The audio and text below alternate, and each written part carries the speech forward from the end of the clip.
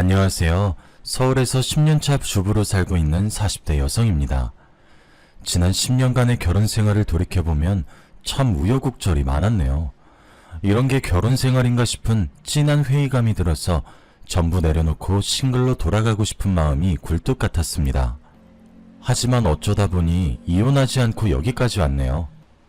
지금까지 결혼 생활을 하면서 저를 몹시게 괴롭혔던 남자가 한 명 있습니다.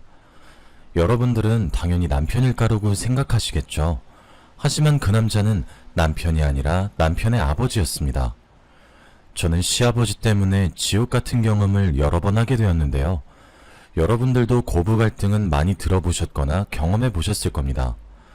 하지만 시아버지와 며느리의 갈등인 구부 갈등은 생소하실 텐데요. 도대체 어떤 일이 있었는지 한번 들어봐 주시길 바랍니다. 제게는 고등학교 때부터 친하게 지내는 단짝 친구가 한 명 있었습니다. 정말 착하고 마음이 여린 친구였죠. 너무 얌전하고 조용해서 이름도 모르고 있다가 1학년 때 짝꿍이 되면서 소진이의 이름을 알게 되었습니다. 친해지고 보니까 소진이는 항상 웃는 얼굴로 친구들을 대했고 애들이 싫어하는 일이 생기면 언제나 소진이가 먼저 나서더라고요. 제가 정말 소진이를 좋게 본 날이 있었습니다. 바로 학교 강당 청소당번을 정하는 날이었는데요. 선생님께서 봉사 시간을 줄 테니 봉사하고 싶은 사람은 손을 들라고 했죠.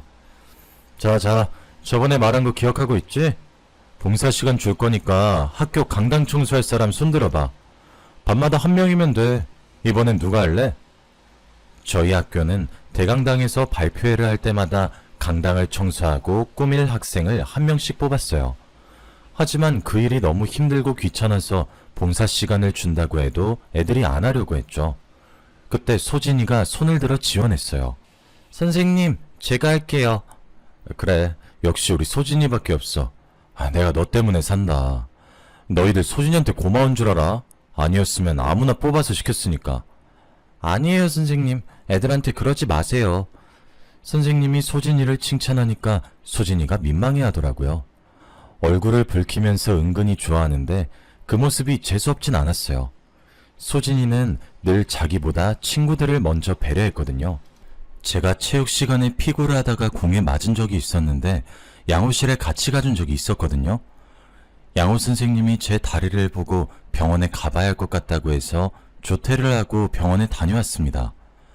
다음날 다리에 깁스를 하고 학교에 오니까 소진이가 그렇게 심하게 다쳤었냐고 걱정해 주더라고요. 너 집도 먼데 어떻게 등교하는 거야? 부모님이 데려다 주셨어? 아니, 엄마 아빠 두 분 다 출근해야 해서 그냥 내가 버스 타고 왔어. 너무 힘들어서 다음엔 택시 타야 할 것 같아. 헐, 그럼 내일부터 내가 네 집으로 갈게. 혼자 택시 타기도 어려울 텐데 내가 도와줄게. 정말? 고마워. 안 그래도 되는데. 소진이랑 엄청 친한 사이도 아니었는데 진짜로 집까지 찾아와서 가방을 들어주고 부축해주니까 감동이었습니다.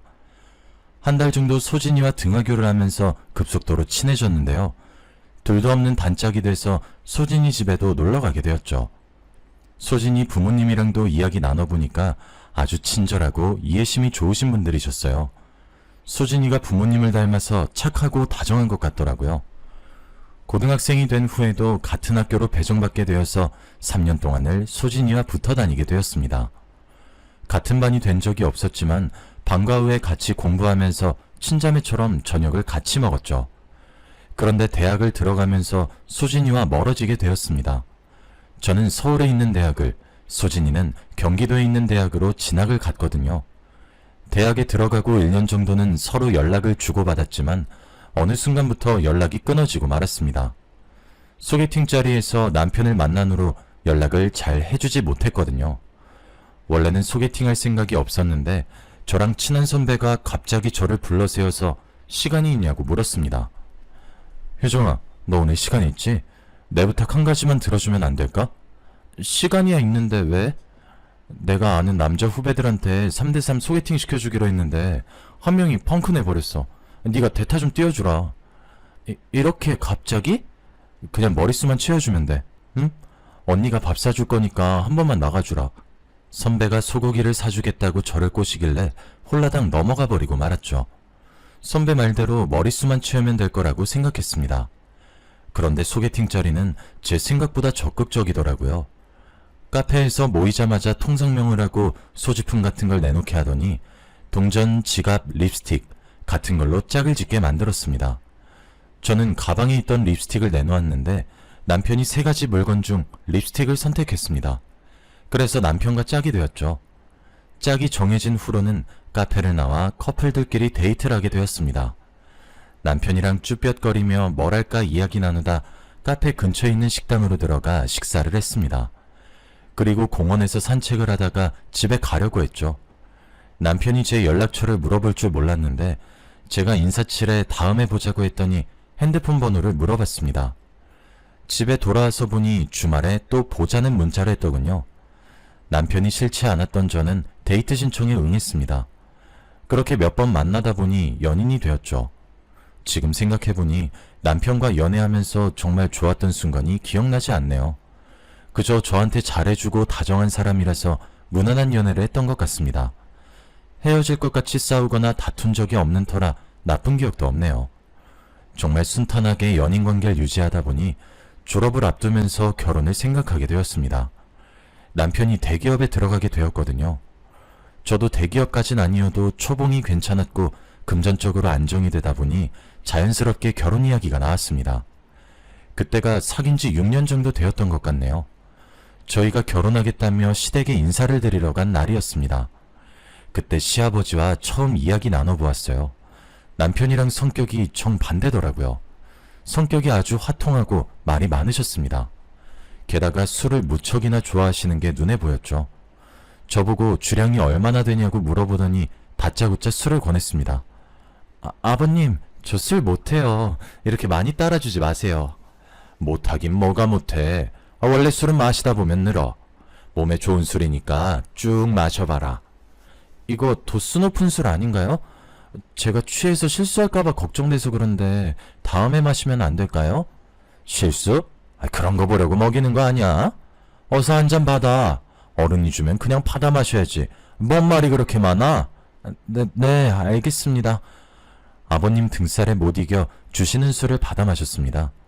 제가 여자치고 술을 제법 잘 마셔서 다행이죠. 시아버지께서 계속해서 술을 따라주시는데 하마터면 정신을 잃고 쓰러질 뻔했습니다. 토할 것 같다고 거절해도 아버님께서 고집을 피우셨죠.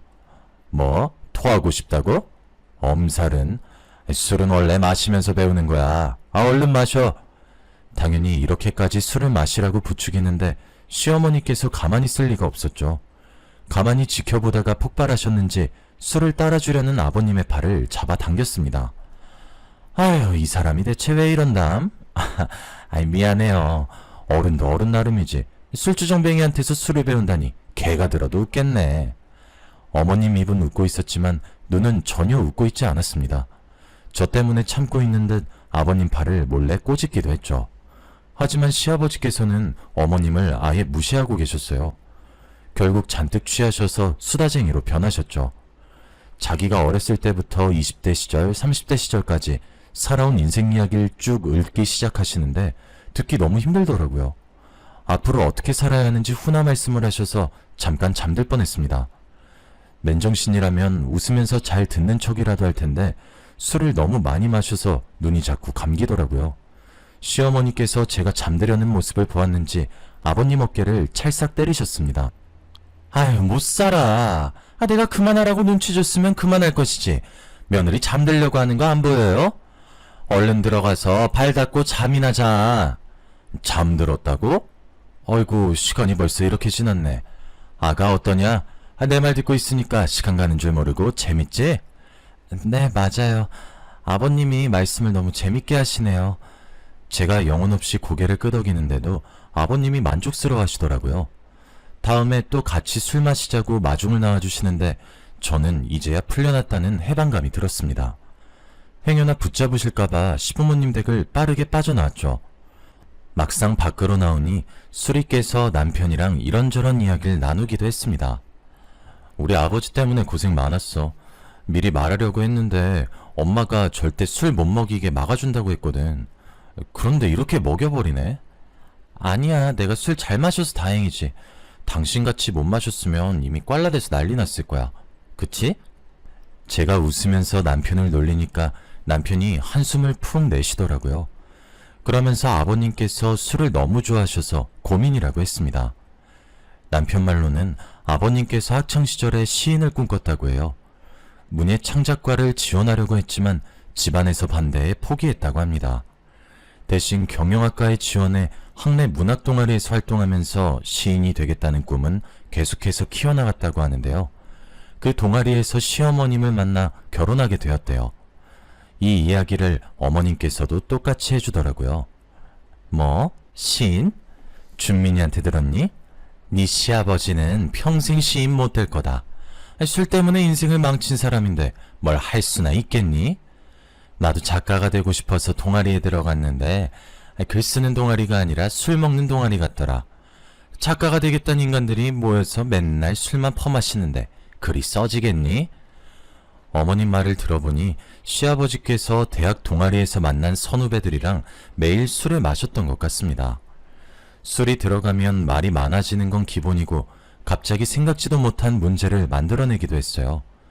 그 말을 들었을 때에는 남의 일처럼 느껴졌습니다. 부부 사이에서 일어나는 트러블 같은 거라고 생각했는데 그 문제가 저한테도 일어날 줄 몰랐네요. 남편과 결혼한 지 3개월 정도 지났을까요?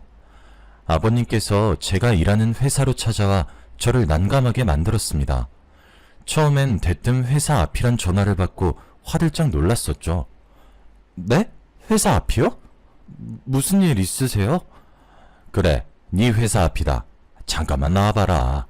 무슨 일 때문에 그러시는데요? 저 업무 중이라 갑자기 나오라고 하시면. 아니, 급하게 나오다가 지갑을 두고 나왔지 뭐냐. 몇만 원만 빌려주라. 네? 돈이요? 며느리에게 돈을 빌려달라고 하다니 처음엔 믿을 수가 없었습니다. 저라면 자식에게 돈 달라고 하는 것도 눈치 보일 것 같은데 시아버지께서는 여러 번 제게서 돈을 빌려가셨습니다. 말은 빌려가는 거지만 돌려줄 생각은 전혀 없으셨죠. 돈을 빌려줄 때마다 시집을 잘못 왔다는 생각이 들었지만 시어머니 때문에 버틸 수 있었던 것 같습니다. 보통 어머님들이라면 아직 아이 가질 생각이 없다고 말하자마자 도대체 언제 낳으려고 그러냐고 바가지를 긁었을 겁니다. 하지만 저희 어머님은 애 낳으라고 독촉하지도 않고 저한테 잔소리하지도 않았습니다. 게다가 아버님이 선을 넘을 때마다 어머님께서 막아주셨으니까요. 어머님 덕분에 결혼 생활은 순탄하게 흘러갔습니다. 시어머니 몰래 제 회사를 찾아와서 돈을 달라고 요구하는 아버님만 아니면 그닥 고민거리도 없었습니다. 그러던 어느 날 평소처럼 회사 일을 하다 소진이를 만났습니다. 제가 다니는 회사는 화장품 유통을 전문으로 하는 업체였거든요. 서울 지역의 주요 매장들을 관리하려고 직접 방문하던 날이었습니다. 이번에 새로 연 H지점 매점으로 현황 파악하러 갔더니 뜻밖의 인물과 마주하게 되었습니다. H지점 매장 사장이 바로 소진이었거든요. 소진이도 저를 보고 놀랐는지 잠시 할 말을 잃었다가 제 이름을 불렀습니다. 제가 맞다는 걸 알고 저를 끌어안고 기뻐했죠. 세상에, 이게 얼마만이야? 그동안 어떻게 지냈어? 그냥저냥 지냈지. 우리 고등학생 때 보고 안 봤지? 안 본 지 거의 10년은 된 것 같다. 그래, 10년은 됐지. 내가 갑자기 번호가 바뀌는 바람에 연락을 못했네. 나도 SNS 찾아봤는데 안 보이더라. 너 동창 모임 같은 데도 안 나가는 것 같더라? 이제부터 자주 만나면 되지. 우리 퇴근하면 술 한잔 할까? 그동안 어떻게 지냈는지 이야기해야지. 그날 퇴근하고 소진이 매장 근처에서 술 한잔하며 회포를 풀었습니다. 소진이가 운영하는 화장품 매장은 제 회사와 멀지 않아서 자주 만나서 놀 수 있었어요. 퇴근하고 별일 없으면 소진이네 매장에 가서 일을 도와준 적도 있었죠. 그러다 같이 밥도 먹고 커피도 마시면서 이런저런 이야기를 나누었는데요. 그러다 남편도 소진이를 만나게 되었어요. 그날은 소진이와 단둘이서 술을 마신 날이었는데요. 5개월 만난 남자친구와 헤어졌다면서 소진이가 무리해서 술을 마시는 바람에 저도 생각보다 많이 마시게 되었습니다. 소진이 삼촌 소개로 만난 남자인데 그 남자가 갑자기 이별을 통보했다는 거 있죠. 알고 봤더니 소진이 말고 다른 여자와 양다리를 걸치면서 저울질하다가 소진이를 버린 것이었습니다. 게다가 그 남자는 다음 달에 결혼한다는 소문을 들었다니까 저까지 화가 나서 술을 들이부을 수밖에 없었죠. 그날 저희 둘이서 먹은 술병이 4병이나 됐습니다. 저는 잘 마셔서 멀쩡했지만 소진이는 술도 못 마시는데 무리하는 게 보였습니다. 이러다 집 못 가는 거 아닌가 싶었는데 다행히 남편에게 전화가 왔습니다. 여보세요? 당신 야근한다면서 퇴근했어? 지금 집인데. 당신 지금 어디야? 소진이랑 같이 술 마시고 있어. 밤 12시가 넘었는데 집은 어떻게 오려고 그래? 택시 타려고 했는데 당신이 데리러 오면 안 돼? 소진이가 생각보다 많이 취해서 내가 어떻게 못할 것 같아. 아유, 못 살아. 알겠어, 지금 갈게. 야근하고 온 남편에게 데리러 오라고 하는 게 미안했지만 저도 취해서 소진이를 부축할 힘이 부족할 것 같았습니다. 그래서 우선 소진이에게 술잔을 빼앗고 물부터 먹였죠. 많이 취했으니 술 대신 음료수를 시켜서 먹고 있을 때였습니다. 남편이 제가 문자로 알려준 주소를 보고 금방 찾아왔더군요. 문을 열고 들어오더니 두리번거리다가 제가 있는 테이블로 걸어왔습니다. 술을 얼마나 마셨길래 취했다고 그래. 내일 출근 어떻게 하려고? 에이, 내가 알아서 할게. 나 술 금방 깨는 거 알고 있잖아. 아, 맞아. 여긴 내 동창 소진이. 소진아, 인사해. 내 남편이야. 안녕하세요. 가영이한테 많이 들었어요. 안 그래도 우리 남편이 낯을 가리는데 술기울 때문에 얼굴을 잔뜩 붉히고 배시시 웃으면서 말하는 소진이를 더 어색해 하더라고요. 그래도 남편이 소진이를 데려다 주는 길에 이런저런 대화를 하면서 친해진 게 눈에 보였습니다. 사이가 제법 가까워졌는지 남편이 소진이 안부를 물어볼 때도 있고 소진이가 남편의 안부를 물어볼 때도 있었죠. 그쯤에 저는 계획에도 없던 아들이 생겨서 직장 생활을 계속해야 할지 고민하고 있었습니다. 제 고민을 시어머니께 말씀드렸더니 의외로 쿨하게 말씀하시더라고요. 그만두긴 왜 그만둬? 요즘은 여자라고 집에만 있는 거 아니야. 애 키우면서 직장 생활할 자신 있으면 계속해. 내가 거들어줄 테니까.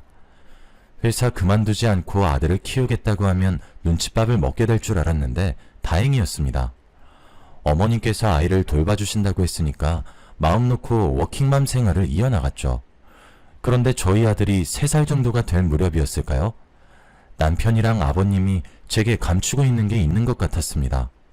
생신을 맞아 시부모님을 모시고 식당을 모시고 갔는데 제가 화장실에 간 사이 이상한 말을 하고 있더라고요. 뭐? 아버지, 이게 말이 된다고 생각해? 언제까지 엄마 속이려고? 난 더 이상 못 참아. 내가 다 말해버릴 거야. 뭐? 안 돼. 절대 말하지 마라. 내가 곧 정리할 거라고 했잖아. 날 믿고 조금만 더 기다려주라. 열흘 안으로 정리할게. 열흘은 무슨? 지금 당장 정리해. 해도 너무하잖아. 엄마 친구랑 어떻게 그런 관계를 가져놓고. 쉿. 이러다 누가 듣겠다. 제발 진정하고 내 말 좀 들어주라. 내가 깨끗하게 정리할 테니까 기다려주라고. 제가 화장실에 간 사이 어머님도 화장실에 간 모양이었어요. 멀리서 어머님이 걸어오는 모습이 보이더군요. 예약한 식당이 다다미식 프라이빗 룸이라서 다행이었죠. 저보고 왜 안 들어가냐고 묻길래 신발 핑계를 댔습니다. 그러면서 일부러 크게 소리내며 신발에 껌이 묻은 것 같다고 둘러댔는데요. 그제야 남편과 아버님이 입을 다물고 아무 소리도 안 내더라고요. 제가 어머님과 함께 룸 안으로 들어가서 식사를 마저 했습니다. 밥이 입으로 들어가는지 코로 들어가는지 모르겠더군요. 얼른 식사 자리를 끝내고 남편에게 무슨 일이 있었는지 물어볼 생각만 있었습니다. 그래서 시부모님과 헤어지자마자 남편을 붙잡고 물어봤죠. 당신 아버님이랑 무슨 일 있었어? 설마 바람 피신 거 아니지? 설마 다 들은 거야? 우리 엄마도 들었어? 아니, 어머님은 못 들으셨어. 내가 들으실까봐 괜히 딴소리 하긴 했는데. 당신 좋게 말해봐. 도대체 무슨 일이 있었던 거야? 사실 그게 남편이 하는 말을 들어보니 제 예상대로 시아버지께서 바람을 피고 계셨습니다. 남편이 시아버지의 외도를 알게 된 건 6개월 전이었다고 하더군요. 그런데 놀랍게도 시아버지께서 먼저 불륜을 고백하셨다고 합니다. 어느 날 남편 회사를 찾아온 아버님이 돈을 달라면서 어처구니 없는 말을 늘어놓았다고 해요. 너 혹시 돈 모아둔 것 좀 있냐? 딱 2천이 필요한데. 네? 2천이요? 아니 갑자기 2천만 원은 어디에 쓰려고 그러세요? 아니, 내가 갑자기 몸이 아파서 말이야. 몸이 아프시다고요? 병원에 가보셨어요? 아버지가 아프단 말을 듣자마자 남편의 심장이 쿵 하고 내려앉았다고 합니다. 도대체 어디가 아픈 거냐? 수술해야 하냐? 다른 병원도 가보자. 남편이 호들갑을 떠니 아버님께서 결국 거짓말이라고 실토했다고 해요. 아휴, 아니야. 내가 돈이 급해서 거짓말을 했다. 네? 거짓말이요? 아버지, 갑자기 왜 그러세요? 친구가 급한 사정이 생겨서 돈이 필요하대. 친구요? 어떤 친구요? 보이스피싱 같은 거 당하신 거 아니죠? 남편은 아버님과 대화할수록 의심이 들었다고 하죠. 아버님이 횡설수설하길래 아까부터 독한 향수 냄새가 나 여자 문제가 생긴 거라고 직감했다고 합니다. 그래서 아버님 몰래 핸드폰을 훔쳐봤다가 어머님이 아닌 다른 여자가 생겼다는 사실을 알아냈는데요. 남편이 화를 내면서 물어봤더니 아버님께서 태연하게 고개를 끄덕였다고 해요. 더군다나 아버님의 내연녀는 어머님과 가장 친한 친구분이셨습니다. 남편은 아버님의 뻔뻔함에 어이가 없어져서 말이 나오지 않았습니다. 하지만 어머님이 알면 충격을 받고 쓰러지실까봐 아버님 외도를 어떻게든 중단시키려고 했죠. 실제로 시아버지께서 남편 말을 듣고 급한 사정만 해결되면 내연녀와 정리를 할 거라고 약속했다고 합니다. 그런데 벌써 몇 달째 정리하지 않고 시어머니의 눈을 피해서 계속 만남을 가지고 있다고 하네요. 며느리인 저도 화가 나는데 남편이 화를 내는 건 당연한 일이었어요. 아버님이 내연녀를 만나다가 또 걸리자 남편이 소리를 지르면서 난리를 쳤습니다. 아버지, 나랑 끝내기로 약속했잖아. 도대체 왜 그러는 건데? 진짜 엄마가 알면 충격받고 쓰러질지도 몰라. 그러니까 제발 이러지 말자. 이번이 마지막 기회야. 이번에도 약속 안 지키면 정말 가만히 안 있을 거야. 아버님이 이번에도 알겠다는 대답을 내놓았습니다. 왠지 모르게 아버님이 저희를 무시하고 계속해서 불륜을 저지를 것 같더군요. 시아버지의 내연녀가 다른 사람도 아니고 시어머니의 친구분이신데 부디 아버님께서 정리를 하시길 바랬습니다. 게다가 아버님께서 어머님께 잘 못하시는 것도 아니었으니까요. 두 분이 다정하게 이야기 나누는 모습을 볼 때마다 어떻게 해야 하나 속으로 갈등하는 시간이 늘어나고 있었습니다. 그러다 얼마 뒤에 여름 휴가철이 되어서 제주도로 가족여행을 가게 되었습니다. 저는 당연히 아버님이 그곳에서는 내연녀가 철저하게 숨기고 있을 줄 알았죠. 그런데 숙소에서 밤늦게까지 내연녀와 전화통화를 하고 있더군요. 정말 어이가 없어서 한마디 하려다가 아버님께서 하는 이야기를 듣고 얼른 입을 다물었습니다. 설마 또 돈 이야기라는 걸까 걱정이 됐거든요. 여보, 당신은 지금 뭐하고 있어? 난 당신 생각이 나서 잠도 못 자고 있어. 이런 좋은 데는 당신이랑 와야 하는데 너무 아쉽다. 다행히 제가 우려하던 돈 이야기는 하지 않고 있더군요. 그래서 시아버지의 폰을 빼앗아 전화를 끊어버렸습니다. 당연히 아버님께서 저를 보고 노발대발하시면서 소리를 지르셨죠. 뭐 하는 짓이야 지금? 아버님, 도대체 왜 이러세요? 저희가 그만하라고 하시면 그만해야죠. 왜 끝까지 이러시는데요? 어머님이랑 진짜 이혼하고 싶으세요? 뭐? 이혼? 어디 버릇없이 시애빌 가르치려고 들어? 며느리 주제에 어디서 이혼을 들먹여? 버릇없는 것 같으니라고. 이 말을 듣고 속이 부글부글 끓어올라 욕짓거리를 내뱉을 뻔했습니다.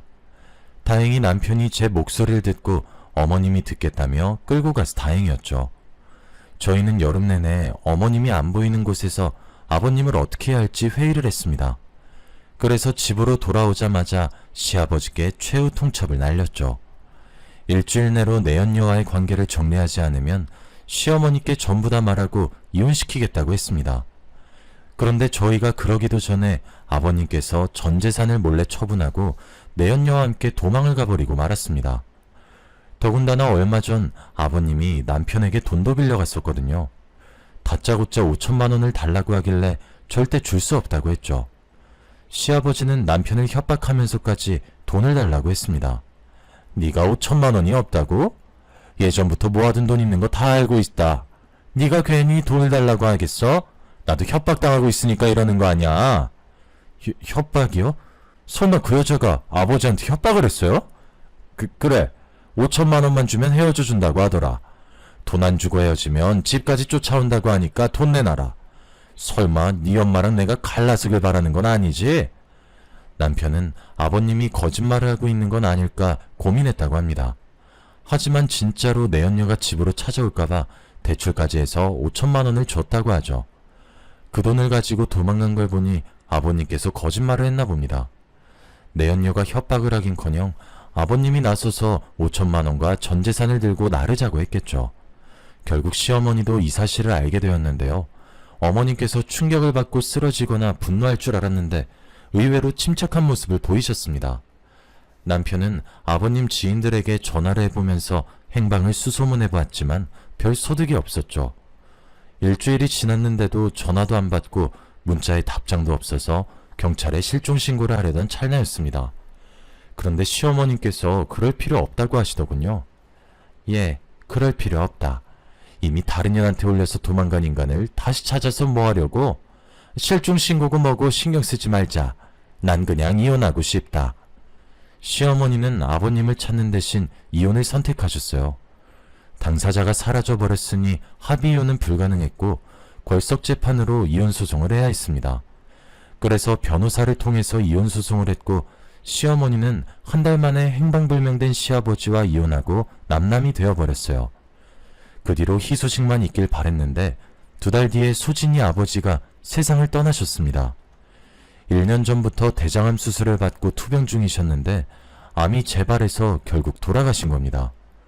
저는 장례식이 끝날 때까지 자비를 도우면서 소진이 곁을 지켰죠. 3일장을 다 치르고 나니 눈물 한 방울 안 흘리던 소진이가 저를 껴안으면서 고맙다고 하더군요. 효정아, 정말 고마워. 네 덕분에 아버지 좋은 곳으로 보내드릴 수 있었어.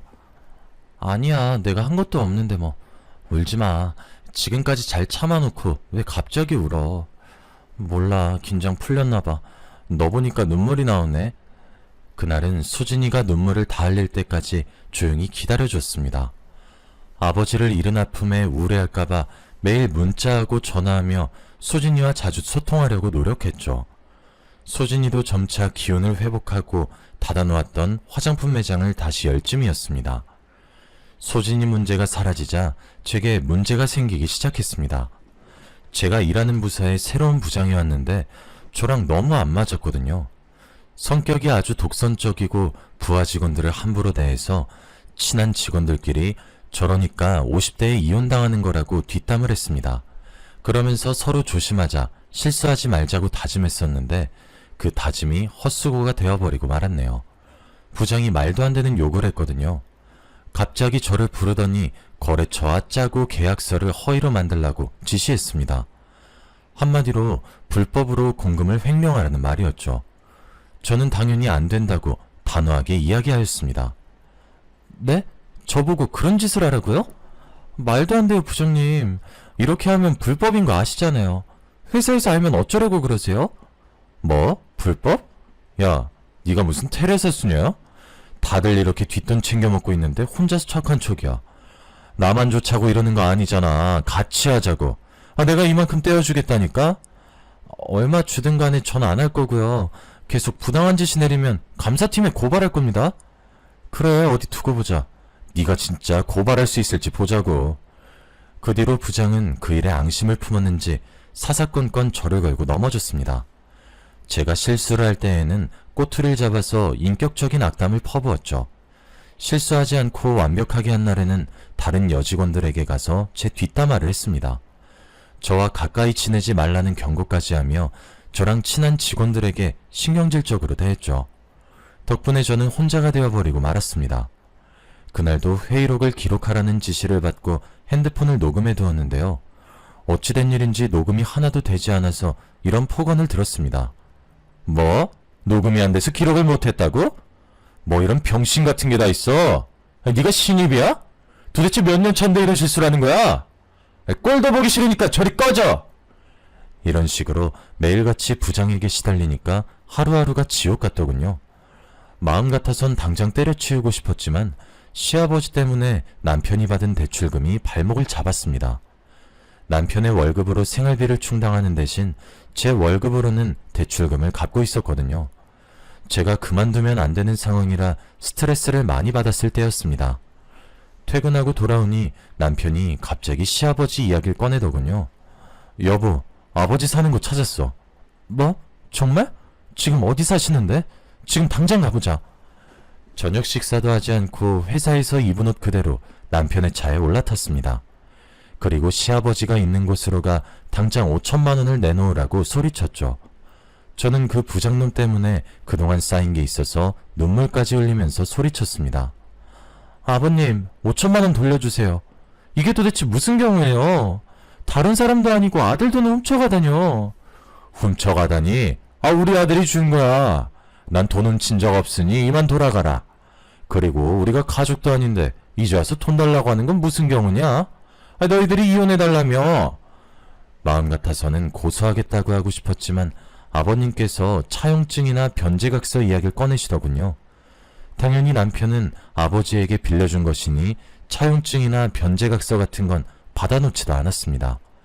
결국 법적으로 고소할 방법이 없어서 포기할 수밖에 없었습니다. 저는 시아버지의 뻔뻔한 태도에 치를 떨면서 돌아서야 했죠. 그렇게 시아버지든 5천만 원이든 전부 다 잊어버리려고 했습니다. 생각만 해도 속이 부글부글 끓고 두통이 찾아왔었거든요. 그냥 돈 버는 데에만 집중하고 집안 돌보는 데에만 온 힘을 쏟아냈습니다. 다른 잡생각이 안 들도록 노력하던 와중에 수진이의 결혼 소식이 들려왔죠. 35이 되도록 결혼하지 않길래 내심 걱정했는데 다행이었습니다. 기쁜 마음으로 결혼식장에 갔는데 신부 측 혼주석에 앉아있는 사람을 보고 저는 제 눈을 의심했습니다. 신부 측 혼주석 자리에 아버님이 앉아 계시더군요. 시아버지도 저를 보더니 깜짝 놀라더니 말을 잇지 못하셨습니다. 아니 아가, 네가 어떻게 여기에? 제가 묻고 싶은 말이었습니다. 어떻게 저 인간이 소진이의 결혼식장 혼주석에 앉아있는 것일까요? 아버님은 제가 곧 소리라도 지를 것 같았지만 갑자기 저를 끌고 나왔습니다. 그리고 애절한 목소리로 제게 빌더군요. 아가, 우리 과거 일은 모두 잊어버리자. 내가 너한테 미안한 짓 참 많이 했지만 나도 그동안 마음고생 많이 했어. 그러니까 소진이한테 아무 말도 하지 말고 조용히 있다가 주면 안 되겠니? 내가 이렇게 빌게. 도대체 어떻게 된 거예요? 왜 아버님이 소진이 결혼식장에 있는 거냐고요? 제가 자초지종을 설명해달라고 요구하니 시아버지께서 내연녀와 도망을 간 다음 살림을 차린 이야기를 말해주었습니다. 요점은 결국 아버님도 내연녀에게 버림을 받았단 거였죠. 내연녀를 믿고 가진 돈을 모두 맡겼는데 그 돈을 가지고 달아났다고 합니다. 그리고 다시 만난 여자가 소진이 엄마였다고 하는데요. 시아버지는 소진이 엄마를 너무 사랑하고 있다며 소진이와 소진이 엄마에게 말하지 말아달라고 애원했습니다. 뭐? 사랑해요? 그럼 우리 어머님은요? 우리 남편은요? 낯짝이 얼마나 두꺼우면 이렇게 뻔뻔스러울 수가 있죠? 사과하려면 저희가 찾아갔을 때 하셔야죠. 지금 괜히 아쉬우니까 사과하시고. 제가 아버님 때문에 얼마나 고생했는지도 모르죠? 미안하다. 정말 미안해. 내가 얼마나 원망스러울지 잘 알아. 그래, 화 풀릴 때까지 얼굴에 침이라도 뱉어라. 이렇게 늙은 놈이 살려면 얼마나 살겠냐? 이제 나도 새 출발하려고 하니 제발 한 번만 기회를 다오. 아버님께서 정말로 제 앞에서 무릎을 꿇으시더라고요. 그 모습이 애처롭긴커녕 가증스럽게 느껴져서 뺨이라도 후려갈기고 싶었습니다. 하지만 곧 결혼식을 올릴 소진이를 생각해서 아버님을 결혼식장 안으로 보냈습니다. 이런 날에는 돌아가실 아버지가 더 생각날 텐데 속상해할 소진이를 더 비참하게 만들 수 없었습니다. 그런데 소진이가 아버님 손을 잡고 입장하는 모습을 보니 속이 쓰리더군요. 이러다가 소진이도 제 꼴이 되는 거 아닐까 걱정이 돼서 그 뒤로 잠도 자지 못했습니다. 그저 소진이가 신혼여행을 끝나고 돌아오길 기다렸죠. 소진이에게 돌아왔다는 연락을 받자마자 만나자고 했습니다. 소진이 집 근처 카페에서 새아버지는 어떤 분인 것 같냐고 물어보니 가정적이고 다정한 분인 것 같다는 답변이 돌아왔습니다. 돌아가신 아버지가 생각난다면서 아버지랑 많이 닮았다고 하는데 소진이의 표정이 너무 행복해 보여서 아버님의 과거를 폭로할 수 없더군요. 무슨 일이 생긴 것도 아니고 다 지나간 일이니 묻어두려고 했습니다. 그런데 회사 내에서 기가 막힌 소문이 돌기 시작했습니다. 저를 괴롭히던 부장에게 애인이 생겼다는 거 있죠? 뒤에서 몰래 바람을 피우다가 이혼당했으면서 찔리지도 않는지 또 애인을 사귄 것 같았습니다. 게다가 부장은 그 애인을 스폰서라고 부르더군요. 직원들이 스폰서가 무슨 말이냐고 물으니 이런 말을 했습니다. 스폰서 몰라? 돈 주는 늙은 놈들. 내가 좋아서 졸졸 따라다니는 영감이 용돈 줄 테니까 사귀자는 거 있지? 그냥 맞장구만 쳐주다가 돈만 받고 연락 끊으려고. 헐, 진짜 그래도 돼요? 그럼 안 될 이유가 뭐가 있어? 나는 돈 받고 그 영감은 나같이 젊고 예쁜 여자랑 노는 건데. 50대면 젊은 것도 아닌데 자신감 넘치는 여자였죠. 허세를 부리는 건지 몰라도 점심시간에 수다를 떨 때마다 새로 사귄 내연남을 스폰서 취급하더라고요. 당연히 직원들은 믿지 않았지만 사진까지 보여주어서 진짜로 스폰서가 있구나 싶었습니다. 그런데 그 사진을 자세히 들여다보던 순간 엄청난 충격을 받고 말았죠. 부장의 스폰서가 제 시아버지였거든요. 더 충격적인 사실은 그 인간이 부장과 두 집 살림을 하면서 소진이가 주는 용돈을 쓰고 있었단 겁니다. 소진이 때문에 봐줬더니 저 몰래 또 이런 짓을 저지르고 있었다니. 이번에는 절대 참을 수 없었습니다. 저는 몸이 아프다고 조퇴를 한 후 모든 사실을 소진이에게 털어놓았죠. 소진이는 제가 오자마자 충격적인 말을 내뱉자 멍한 표정을 짓고 있었습니다. 그러더니 저보고 갑자기 찾아와서 무슨 말을 하냐고 되묻는 거 있죠. 소진아, 오래전부터 말해주고 싶었는데 널 위해서 참았어. 근데 더 이상 가만히 있으면 안 될 것 같아. 내 어머니 몰래 바람 피우고 내 친구 몰래 바람 핀 놈이야. 난 더 이상 못 당하고 있으니까 제대로 준비해서 복수하자. 어? 잠자코 제 말을 듣고 있던 수진이가 찬물을 연거푸 마시더라고요. 그리고 아버님이 과거에 저질렀던 과오들을 다시 되묻더니 제가 하는 말을 주의 깊게 듣기 시작했습니다. 수진이도 이 상황을 받아들이게 되었는지 제대로 정리하겠다고 했죠. 이제는 시아버지와 내연녀에게 복수해줄 차례였습니다. 우선 소진이는 소진이 엄마를 찾아가 모든 사실을 이야기해 주었습니다. 소진이 엄마는 소진이보다 더 놀랐는지 눈물을 흘리면서 정신을 차리지 못했죠. 그리고 그 길로 아버님을 찾아갔습니다. 소진이 엄마는 혹시나 하고 아버님과 대화해 보려고 했지만 내연녀와 함께 있는 걸 보고 눈이 돌아가고 말았습니다. 그래서 동네 사람들이 다 보고 있는데 아버님 뺨을 때렸죠. 설마 했는데 정말이었구나. 정말 당신이 날 배신한 거였네? 나 몰래 다른 여자 만나니까 좋아? 나 속이니까 좋았냐고! 소진이 엄마는 이웃 주민이 부른 경찰이 올 때까지 그놈의 멱살을 잡고 쌩 난리를 피웠습니다. 경찰들이 저희를 말리는 바람에 그 소란이 끝이 났지 경찰이 오지 않았으면 아버님이 거의 묵사발이 되었을 겁니다. 결국 이혼당한 아버님은 위자료를 토해내느라 전 재산이 털린 것 같았죠. 내연녀였던 부장도 상간녀 소송에 걸렸다는 소문이 났습니다. 회사 내에서 남자 관계가 문란하고 근무 태도가 나쁘단 평이 자자해서 상간녀 소송 소문이 퍼지자마자 권고사직 당했다고 하네요. 아버님도 죗값을 치르고 부장도 떠나니 마음이 절로 편해졌습니다. 이제야 살만해졌다고 생각하고 있는데 남편이 아버님을 만나고 왔다고 하더군요. 아버님 이야기를 듣는 순간 기분이 나빠져서 인상을 쓰며 물었습니다. 뭐? 그 쓰레기 같은 인간을 왜 만난 거야? 아버님이 먼저 만나자고 연락했다고 하더군요. 저라면 만나지 않았을 테지만 남편에겐 아예 남이 아니라 아버지라서 마음이 쓰였나 봅니다. 아버님이 후줄근한 차림으로 나타나서 하소연했다고 하네요. 고시원에서 자활근로를 하면서 근근히 살아가고 있다며 도와달라고 사정한 것 같았습니다. 딱 10,000원만 주면 안 되냐? 10,000원이 아니면 5,000원이라도. 내가 지금 라면 한 그릇 사 먹을 돈도 없다. 아무리 내가 미워도 부모 아니냐. 네가 돈 안 주면 굶어 죽을지도 모르니 딱 10,000원만 주라. 어? 남편에게 이 말을 전해 듣는 게 기가 막히더군요. 10,000원이든 5,000원이든 간에 또 돈 때문에 만나려고 했다는 게 짜증났습니다. 진심으로 반성하고 사과할 생각으로 만날 마음은 없었나 보죠. 돈이 궁해질 때마다 이럴 것 같아서 남편에게 절대 돈을 주지 말라고 했습니다. 남편도 그렇게 생각했는지 아예 연락을 끊을 거라고 하더라고요.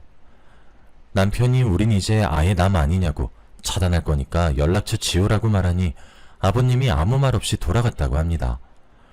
부모 자식 사이라도 서로 지켜야 하는 도리가 있는 법이죠. 그걸 천륜이라고 부르는 거고요. 하늘이 정해준 도리를 지키지 않으면 아무리 핏줄로 이어진 사이라고 해도 원수지간이 될 수 있다고 생각합니다. 여러분들은 부디 이런 일 없이 부모나 자식된 도리를 다하면서 살아가시길 바랍니다. 여기까지 사연 들어주셔서 감사합니다.